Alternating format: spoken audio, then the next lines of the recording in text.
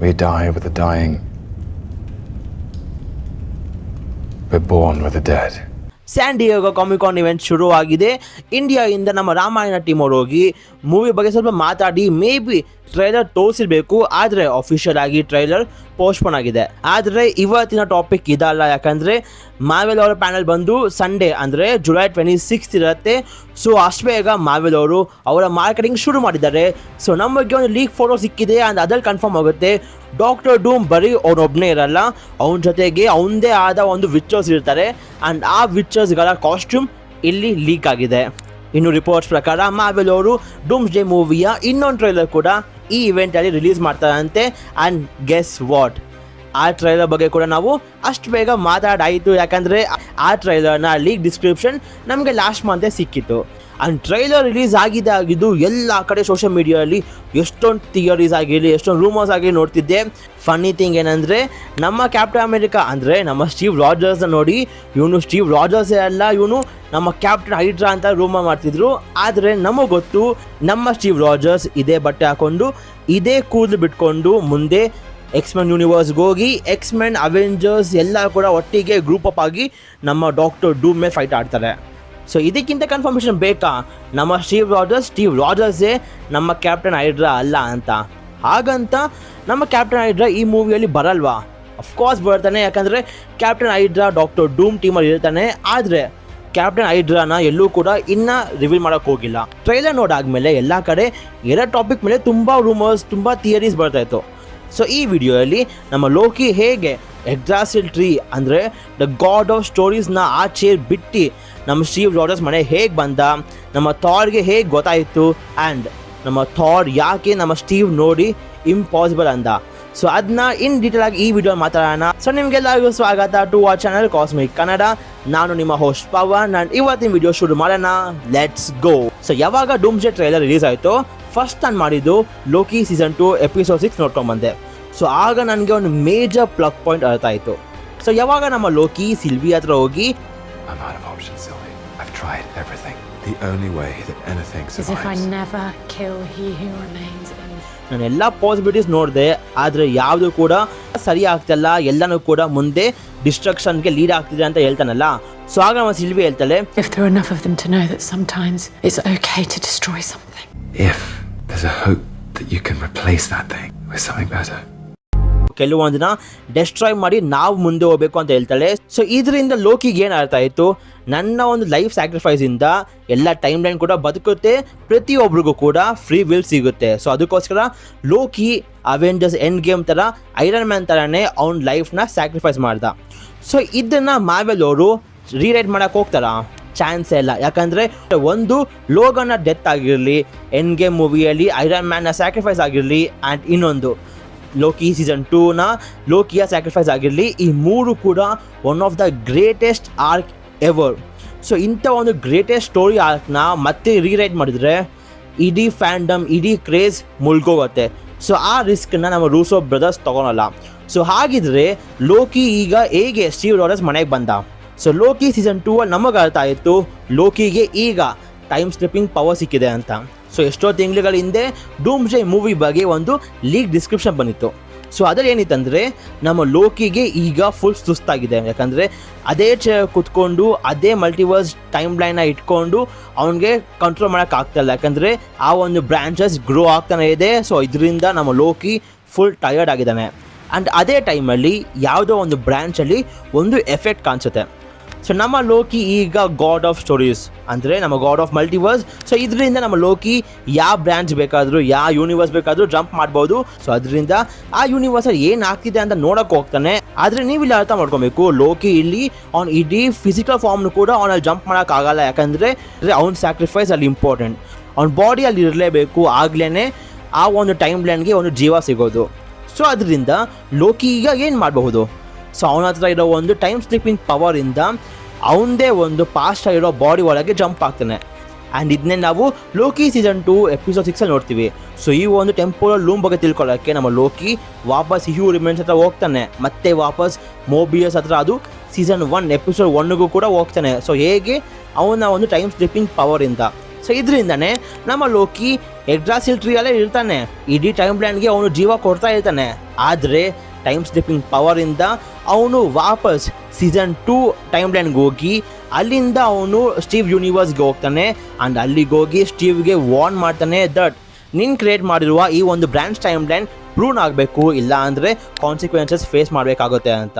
So ಆಗ ನಮ್ಮ ಲೋಕಿ ಏನು ಮಾಡ್ತಾನೆ, ಇಡೀ ಸ್ಟೀವ್ ಫ್ಯಾಮಿಲಿನ ಬೇರೆ ಯೂನಿವರ್ಸ್ಗೆ ಹಾಕ್ತಾನೆ. ಆ್ಯಂಡ್ ಆ ಯೂನಿವರ್ಸ್ ಬಂದು ನಮ್ಮ ಅರ್ತ್ 828.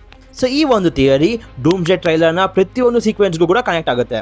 ಸೊ ಒಂದು ನಾವು ಲೋಕಿನ ಒಂದು ಬ್ಲ್ಯಾಕ್ ಜಾಕೆಟ್ ಹಾಕೊಂಡು ಸ್ಟೀವ್ ಮನೆಗೆ ಹೋಗಿ ನೋಡ್ತೀವಿ. ಆ್ಯಂಡ್ ಅದೇ ಬ್ಲ್ಯಾಕ್ ಜಾಕೆಟ್ ನಾವು ಲೋಕಿ ಸೀಸನ್ 2 ಅಲ್ಲಿ ನೋಡ್ತೀವಿ. ಆ್ಯಂಡ್ ಇನ್ನೊಂದು ಬಂದು ನಮ್ಮ ಸ್ಟೀವ್ ಹತ್ರ ಲೋಕಿ ಕಾರ್ ಇರುತ್ತೆ. ಸೊ ಆ ಕಾರ್ ನಮ್ಮ ಲೋಕಿ ಸ್ಟೀವ್ ರಾಜರ್ಸ್ಗೆ ಯಾಕೆ ಕೊಟ್ಟಿರಬೇಕು? ಮೇ ಬಿ ಈ ಯೂನಿವರ್ಸಲ್ಲಿ ಏನಾದರೂ ಕಾನ್ಸಿಕ್ವೆನ್ಸಸ್ ಅಡ್ಡ ಬಂದರೆ ನೀನು ನನ್ನ ಡೈರೆಕ್ಟಾಗಿ ಕಾಂಟ್ಯಾಕ್ಟ್ ಮಾಡ್ಬೋದು ಅಂತ ಈ ಕಾರ್ಡ್ ಕೊಟ್ಟಿರಬೇಕು. ಸೊ ಇಲ್ಲಿ ನಮಗೆ ಲೋಕಿ ಡೂಮ್ಸ್ಡೇ ಥಿಯರಿ ಕ್ಲೀನಾಗಿ ಅರ್ಥ ಆಯಿತು. ಆದರೆ ಸೊ ಯಾವಾಗ ನಮ್ಮ ಲೋಕಿ ಇಡೀ ಸ್ಟೀವ್ ರಾಜರ್ಸ್ ಫ್ಯಾಮಿಲಿನ ಅರ್ತ್ 828ಗೆ ಆಗ್ತಾನಲ್ಲ, ಆಗ ನಮ್ಮ ಲೋಕಿ ಪ್ರಾಬ್ಲಮ್ನ ಸಾಲ್ವ್ ಮಾಡಿಲ್ಲ, ಪ್ರಾಬ್ಲಮ್ನ ಇನ್ನಷ್ಟು ಟಫ್ ಮಾಡಿಕ್ಕಿದ್ದಾನೆ. ಸೊ ಇದು ನಿಮ್ಗೆ ಅರ್ಥ ಆಗಬೇಕಂದ್ರೆ ನಾವು ವಾಪಸ್ Doctor Strange in Multiverse of Madness ಮೂವಿಗೆ ಜಂಪ್ ಆಗಬೇಕು. ಆ್ಯಂಡ್ ಆ ಮೂವಿಯಲ್ಲಿ ದ ಮೋಸ್ಟ್ ಸ್ಮಾರ್ಟೆಸ್ಟ್ ಪರ್ಸನ್ ಆದ ನಮ್ಮ ರೀಡ್ ರಿಚರ್ಡ್ಸ್ ನಮ್ಮ ಡಾಕ್ಟರ್ ಸ್ಟ್ರೇಂಜ್ಗೆ ಅವ್ನು ಮಾಡಿರೋ ಕಾನ್ಸಿಕ್ವೆನ್ಸಸ್ ಬಗ್ಗೆ ತಿಳಿಸ್ತಾನೆ. Stephen, your arrival here confuses and destabilizes reality. The larger the footprint you leave behind, the greater the risk of an incursion. So ಈಗ MCU ಪ್ರಕಾರ ಇನ್ಕರ್ಷನ್ ಹೇಗಾಗುತ್ತಂದರೆ, ಈ ಒಂದು ಮಲ್ಟಿವರ್ಸಲ್ಲಿ ತುಂಬ ಯೂನಿವರ್ಸ್ ಇದೆ. ಸೊ ಯಾವಾಗ ಒಂದು ಯೂನಿವರ್ಸಿಂದ ಒಬ್ಬ ಬೀಯಿಂಗ್ ಬೇರೆ ಯೂನಿವರ್ಸ್ಗೆ ಜಂಪ್ ಆಗ್ತಾನಲ್ಲ, ಆಗ ಆ ಒಂದು ಯೂನಿವರ್ಸ್ಗೆ ಅವನ ಒಂದು ರಿಯಾಲಿಟಿ ಅರ್ಥ ಮಾಡ್ಕೊಳಕ್ಕಾಗಲ್ಲ. ಸೊ ಇದರಿಂದ ಆ ಒಂದು ಯೂನಿವರ್ಸ್ ಡಿಸ್ಟೆಬಿಲೈಸ್ ಆಗ್ತಿರತ್ತೆ. ಸೊ ಎಲ್ಲಿವರೆಗೂ ಆ ಒಂದು ಬೀಯಿಂಗ್ ಆ ಯೂನಿವರ್ಸ್ ಇರ್ತಾನಲ್ಲ, ಅಲ್ಲಿವರೆಗೂ ಆ ಯೂನಿವರ್ಸ್ನ ಇನ್ಕರ್ಷನ್ ಆಗೋ ಚಾನ್ಸಸ್ ಜಾಸ್ತಿ ಆಗ್ತಾ ಇರುತ್ತೆ. And that's it. ಇದೇ ಈ ಮಲ್ಟಿವರ್ಸ್ಗೆ one of the major most important pillar ಆಗೋದು. ಆದರೆ ಇನ್ಕರ್ಷನ್ ಅಂದರೆ ಏನು? Incursion occurs when the boundary between two universes erodes, destroying one or both entirely. So ಈಗ 2 ಯೂನಿವರ್ಸ್ ಇದೆ. ಆ 2 ಯೂನಿವರ್ಸ್ ಮಧ್ಯ ಒಂದು ಲೇಯರ್ ಇರುತ್ತೆ. ಸೊ ಯಾವಾಗ ಒಂದು ಯೂನಿವರ್ಸ್ನ ಒಬ್ಬ ಬೀಯಿಂಗ್ ಇಲ್ಲಿದೆ ನಮ್ಮ ಮನೆ, ಅಲ್ಲಿಗೆ ಹೋದೆ ಸುಮ್ಮನೆ ಅಂತ ಜಂಪ್ ಆಗ್ತಾನಲ್ಲ, ಸೊ ಆಗ ಆ ಒಂದು ಲೇಯರ್ ತಿನ್ನಾಗ್ತಾ ಬರುತ್ತೆ. ಆ್ಯಂಡ್ ಅದರಿಂದ ಮುಂದೆ ಆ 2 ಯೂನಿವರ್ಸ್ ಕೂಡ ಕೊಲೈಡ್ ಆಗುತ್ತೆ. ಆ್ಯಂಡ್ ಇದರಿಂದ ಮೇ ಬಿ ಒಂದು ಯೂನಿವರ್ಸ್ ಬದುಕಬಹುದು, ಇಲ್ಲ ಅಂದರೆ 2 ಯೂನಿವರ್ಸ್ ಕೂಡ ಡೆಸ್ಟ್ರಾಯ್ ಆಗಬಹುದು. ಸೊ ಈಗ ಏನಾಯಿತು, ಇಡೀ ಸ್ಟೀವ್ ರಾಜರ್ಸ್ ಫ್ಯಾಮಿಲಿಯಿಂದ ಆ ಯೂನಿವರ್ಸ್ ಬ್ಯಾಲೆನ್ಸ್ ಮೇಂಟೈನ್ ಮಾಡೋಕ್ಕಾಗ್ತಿಲ್ಲ. ಸೊ ಇದರಿಂದ ಆ ಒಂದು ಲೇಯರ್ ಏನಿದೆಯೋ ಅದು ವೀಕ್ ಆಗ್ತಾ ಇದೆ. ಆ್ಯಂಡ್ ಈ ಯೂನಿವರ್ಸ್ ಡಿಸ್ಟೆಬಿಲೈಸ್ ಆಗ್ತದೆ. ಹಾಗಿದ್ರೆ ಇನ್ಕರ್ಷನ್ ಕ್ರಿಯೇಟ್ ಮಾಡಿದ್ದು ನಮ್ಮ ಸ್ಟೀವ್ ರಾಜರ್ಸಾ? ಮಜಾ ಇಲ್ಲಲ್ಲ. ನೀವೇನಾದರೂ ಬೈ ಮಿಸ್ ಆಗಿ ದ ಮಾರ್ವೆಲ್ಸ್ ಮೂವಿ ನೋಡಿದರೆ, ಆ ಮೂವಿಯ ಪೋಸ್ಟ್ ಕ್ರೆಡಿಟಲ್ಲಿ ನಮ್ಮ ಮೋನಿಕಾ ರ್ಯಾಂಬೋ ಕೂಡ ನಮ್ಮ ಎಕ್ಸ್ಮೆನ್ ಯೂನಿವರ್ಸ್ ಆದ ಅರ್ತ್ 10,005ಗೆ ಜಂಪ್ ಆಗ್ತದೆ. ಸೊ ಇಲ್ಲೇನಾಯಿತು, ಮೋನಿಕಾ ರ್ಯಾಂಬೋಯಿಂದ ಎಕ್ಸ್ಮೆನ್ ಯೂನಿವರ್ಸ್ ಕೂಡ ರಿಯಾಲಿಟಿ ಬ್ರೇಕ್ ಆಗುತ್ತೆ. ಸೊ ಇದರಿಂದ ಆ ಒಂದು ಯೂನಿವರ್ಸ್ ಕೂಡ ಡಿಸ್ಟೆಬಿಲೈಸ್ ಆಗ್ತಿರುತ್ತೆ. ಆ್ಯಂಡ್ ಮಜಾ ಇಲ್ಲೂ ಅಲ್ಲ. ಇನ್ನೊಂದೇನೆಂದರೆ, ಈ ನಮ್ಮ ಮೋನಿಕಾ ರ್ಯಾಂಬೋ ಆಗಿರಲಿ, ನಮ್ಮ ಸ್ಟೀವ್ ರಾಜರ್ಸ್ ಆಗಿರಲಿ, ಇವರಿಬ್ಬರು ಕೂಡ ಬರೋದು ನಮ್ಮ ಅರ್ತ್ 616ಇಂದ. ಸೊ ಅದರಿಂದ ಏನಾಗುತ್ತೆ, ಅರ್ತ್ 616ಇಂದ ಎಕ್ಸ್ಮೆನ್ ಯೂನಿವರ್ಸ್ ಆದ ಅರ್ತ್ 10,005 ಆಗಿರಲಿ, ಅಥವಾ ಅರ್ತ್ 616ಇಂದ ನಮ್ಮ ಫ್ಯಾಂಟಾಸ್ಟಿಕ್ ಫೋರ್ ಯೂನಿವರ್ಸ್ ಆದ ಅರ್ತ್ 828 ಆಗಿರಲಿ, ಈ 3 ಯೂನಿವರ್ಸ್ ಕೂಡ ಈಗ ಇನ್ಕರ್ಷನಲ್ಲಿ ಸಿಗಾಕೊಂಡಿದೆ. ಸೊ ಈಗ ಏನಾಗಿದೆ ಅಂದರೆ, ನಮ್ಮ ಅರ್ತ್ 616ಗೆ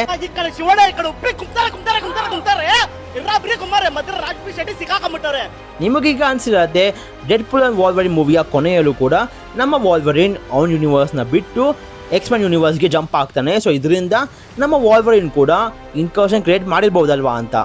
ಹೌದು, ಆದರೆ ನಮ್ಮ ಅಂಟರ್ B15 ಏನೋ ಒಂದು ಮಾಡ್ತೀನಿ ಅಂತ ಮಾಡೋಕ್ಕೆ ಹೋಗ್ತಾಳೆ, ಆದರೆ ಅಂಟರ್ B15ಗೆ ಏನೂ ಕೂಡ ಮಾಡೋಕ್ಕಾಗಿರಲ್ಲ. ಸೊ ಇದರಿಂದ ಎಕ್ಸ್ಮೆನ್ ಯೂನಿವರ್ಸ್ ಜೊತೆಗೆ ನಮ್ಮ ಲೋಗನ್ ಯೂನಿವರ್ಸ್ ಕೂಡ ಇನ್ಕರ್ಷನ್ಗೆ ಎಫೆಕ್ಟ್ ಆಗುತ್ತೆ.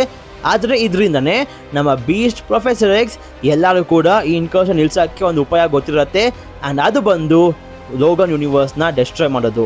ಸೊ ಇದರಿಂದನೇ ನಮ್ಮ ಎಕ್ಸ್ಮೆನ್ ಯೂನಿವರ್ಸ್ಗೆ ಈ ಇನ್ಕರ್ಷನ್ ಎಲ್ಲ ಅವ್ರಿಗೆ ಹೊಸದಲ್ವೇ ಅಲ್ಲ. ಯಾಕಂದರೆ ಅವ್ರು ಅಷ್ಟು ಬೇಗ ವಾಲ್ವರಿನ್ ಯೂನಿವರ್ಸ್ ಕೂಡ ಡೆಸ್ಟ್ರಾಯ್ ಮಾಡಿರ್ತಾರೆ.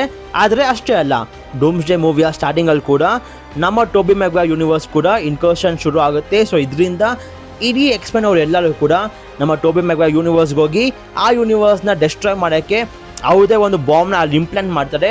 ಸೊ ಆ ಬಾಂಬ್ನ ಇಂಪ್ಲಾಂಟ್ ಮಾಡಿ ಅಲ್ಲಿಂದ ವಾಪಸ್ ಬರ್ತಿರುವಾಗ ನಮ್ಮ ಟೋಬಿ ಮ್ಯಾಗ್ವೈರ್ನ ಸ್ಪೈಡರ್ ಮ್ಯಾನ್, ನಮ್ಮ ಲೋಗನ್ ಜೊತೆಗೆ ಫೈಟ್ ಮಾಡ್ತಾನೆ. ಸೊ ಅಲ್ಲಿಂದ ನಮ್ಮ ಡೆಡ್ಪೂಲ್ ಎಸ್ಕೇಪ್ ಆಗ್ತಾನೆ. ಆದರೆ ಟೋಬಿ ಮ್ಯಾಗ್ವೈರ್ ಮತ್ತು ನಮ್ಮ ವಾಲ್ವರಿನ್ ಅಲ್ಲೇ ಸ್ಟಕ್ ಆಗ್ತಾನೆ. ಸೊ ಇದರಿಂದ ಆ ಒಂದು ಯೂನಿವರ್ಸ್ ಡೆಸ್ಟ್ರಾಯ್ ಆಗುತ್ತೆ. ಆ್ಯಂಡ್ ಈಗ ನಮ್ಮ ಥಾರ್ ಯಾಕೆ ನಮ್ಮ ಸ್ಟೀವ್ ರಾಜರ್ಸ್ ನೋಡಿ ಇಟ್ಸ್ ಇಂಪಾಸಿಬಲ್ ಅಂದ. ಫಸ್ಟ್ ಅನಿಸಿದ್ದು ಥಾರ್ಗೆ ಸ್ಟೀವ್ ಇನ್ನೂ ಬದುಕಿರೋದು ಗೊತ್ತಿರಲ್ಲ. ಸೊ ಇದರಿಂದ ನಮ್ಮ ಥಾರ್ ಯಾವಾಗ ನಮ್ಮ ಸ್ಟೀವ್ನ ನೋಡ್ತಾನಲ್ಲ ಆಗ ಇಟ್ಸ್ ಇಂಪಾಸಿಬಲ್ ಅಂತ ಅಂದಿರಬೇಕು. ಆದರೆ ಇಲ್ಲಿ ಮಾರ್ವೆಲ್ ಅವರು ಸರಿಯಾಗಿ ನಮ್ಮದು ಕಟ್ ಮಾಡಿದ್ದಾರೆ, ಅಂದರೆ ಸೀನ್ಸ್ನ ಕಟ್ ಮಾಡಿದ್ದಾರೆ. ಸೊ ಈ ಸೀನ್ ನಡೆಯೋದು ನಮ್ಮ ಫ್ಯಾಂಟಾಸ್ಟಿಕ್ ಫೋರ್ನ ಶಿಪ್ಪಲ್ಲಿ. ಸೊ ಆ ಶಿಪ್ಪಲ್ಲಿ ಮೊದಲೇ ನಮ್ಮ ಸ್ಟೀವ್ ರಾಜರ್ಸ್ ಇರಬಹುದು ಆ್ಯಂಡ್ ಮುಂದೆ ಥಾರ್ ಜಾಯ್ನ್ ಆಗಬಹುದು. ಸೊ ನನಗನ್ಸಿದ್ದು ಸ್ಟೀವ್ ಇಲ್ಲಿ ಥಾರ್ಗೆ ಲೋಕಿ ಇನ್ನೂ ಬದುಕಿದ್ದಾನೆ ಅಂತ ಹೇಳಿರಬೇಕು. ಆ್ಯಂಡ್ ಅದನ್ನ ಪ್ರೂವ್ ಮಾಡೋಕ್ಕೆ ನಮ್ಮ ಸ್ಟೀವ್ ರಾಜರ್ಸ್ ಲೋಕಿ ಕೊಟ್ಟಿದ್ದ ಆ ಒಂದು ಕಾರ್ಡ್ನ ತೋರಿಸ್ತಾನೆ. ಸೊ ಇದರಿಂದ ನಮ್ಮ ಥಾರ್ಗೆ ಅನಿಸುತ್ತೆ ಇಟ್ಸ್ ಇಂಪಾಸಿಬಲ್ ಅಂತ. ಯಾಕಂದರೆ ಅವನು ಗೊತ್ತು, ಅವನ ಕಣ್ಮುಂದೆನೇ ನಮ್ಮ ಥ್ಯಾನೋಸ್ ಲೋಕಿನ ಸಾಯಿಸಿದ್ದ. ಸೊ ಇದರಿಂದ ಥಾರ್ಗೆ ನಂಬಕ್ಕಾಗ್ತಿರಲ್ಲ ನಮ್ಮ ಲೋಕಿ ಅಂದರೆ ಅವನ ಒಂದು ಸ್ವಂತ ಅಡಾಪ್ಟೆಡ್ ತಮ್ಮ ಇನ್ನೂ ಬದುಕಿದಾನಂತ. ಸೊ ಇದರಿಂದ ನಮ್ಮ ಥಾರ್ಗೆ ಒಂದು ಸ್ವಲ್ಪ ಕಾನ್ಫಿಡೆನ್ಸ್ ಸಿಕ್ಕಿರುತ್ತೆ. ಯಾಕಂದರೆ ಯಾವಾಗ ಲವ್ ಈ ಇನ್ಕರ್ಷನ್ನ ತೋರಿಸಿರ್ತಾಲೋ ಥಾರ್ಗೆ ನಿಜ ಬಾಯಿಗೆ ಬಂದಿರುತ್ತೆ. ಸೊ ಅದರಿಂದನೇ ನಮ್ಮ ಥಾರ್ ಫಸ್ಟ್ ಟ್ರೈಲರಲ್ಲಿ ಆಡಿಯನ್ಸ್ ನನಗೆ ಪವರ್ ಕೊಡು ಅಂತ ಬೇಡ್ಕೊತಾ ಇದ್ದ. ಆ್ಯಂಡ್ ಈ ಟ್ರೈಲರಲ್ಲಿ ಎಲ್ಲ ಕಡೆ ಹೋಗಿ ವಾರ್ನ್ ಲೈಕ್ ನಮ್ಮ ಇನ್ಫಿನಿಟಿ ವಾರಲ್ಲಿ ನಮ್ಮ ಬ್ಯಾನರ್ ಹೇಗೆ ಎಲ್ಲ ಕಡೆ ಹೋಗಿ ಥ್ಯಾನೋಸ್ ಬರ್ತಾನೆ ರೆಡಿಯಾಗಿ ಅಂತ ಹೇಳ್ತಿದ್ನಲ್ಲ ಆ ಥರ. ಆ್ಯಂಡ್ ಆಗ ನಮ್ಮ ಥಾರ್ಗೆ ಸ್ವಲ್ಪ ಕಾನ್ಫಿಡೆನ್ಸ್ ಸಿಕ್ಕಾದ್ಮೇಲೆ ಸ್ಟೀವ್ ರಾಜರ್ಸ್ಗೆ ಮಿಯೋನೆರ್ ಕೊಟ್ಟು ಲೆಟ್ ಫೈಟ್ ದಿಸ್ ಟುಗೆದರ್ ಅಂತ ಹೇಳಿರಬೇಕು. ಆದರೆ ಅದೇ ಶಿಪ್ಪಲ್ಲಿ ನಮ್ಮ ಡಾಕ್ಟರ್ ಡೂಮ್ ಕೂಡ ಇರ್ತಾನೆ. ಆ್ಯಂಡ್ ಮೇ ಬಿ ಇದರಿಂದನೇ ಡಾಕ್ಟರ್ ಡೂಮ್ಗೆ ಒಂದು ಮೇಜರ್ ಕ್ಲೂ ಸಿಕ್ಕಿರಬೇಕು, ಟಿ ವಿಗೆ ಹೋಗೋದಾಗಿರಲಿ ಅಥವಾ ಟಿ ವಿಯ ಬಗ್ಗೆ ಆಗಿರಲಿ. ಸೊ ಮಾತಾಡೋಕ್ಕಂತೂ ಇನ್ನೂ ಜಾಸ್ತಿ ಇದೆ, ಆದರೆ ಈ ವಿಡಿಯೋಗೆ ಈ ಒಂದು ಮೇಜರ್ ಪ್ಲಗ್ ಪಾಯಿಂಟ್ನ ಸಾಲ್ವ್ ಮಾಡಾಯಿತು. ಸೊ ನಿಮಗೇನು ಅನಿಸುತ್ತೆ, ನಿಮ್ಮ ಥಿಯರೀಸ್ ಕೂಡ ನಮ್ಮ ಕಮೆಂಟ್ಸಲ್ಲಿ ತಿಳಿಸಿ ಅಂತ ಹೇಳ್ತಾ ಇವತ್ತಿಗಿಷ್ಟೇ. ಸೊ ನಿಮಗೆ ವಿಡಿಯೋ ಇಷ್ಟ ಆಗಿದ್ರೆ ಲೈಕ್ ಮಾಡಿ, ಶೇರ್ ಮಾಡಿ and subscribe to cosmic Kannada. And until next video, love you all 3000.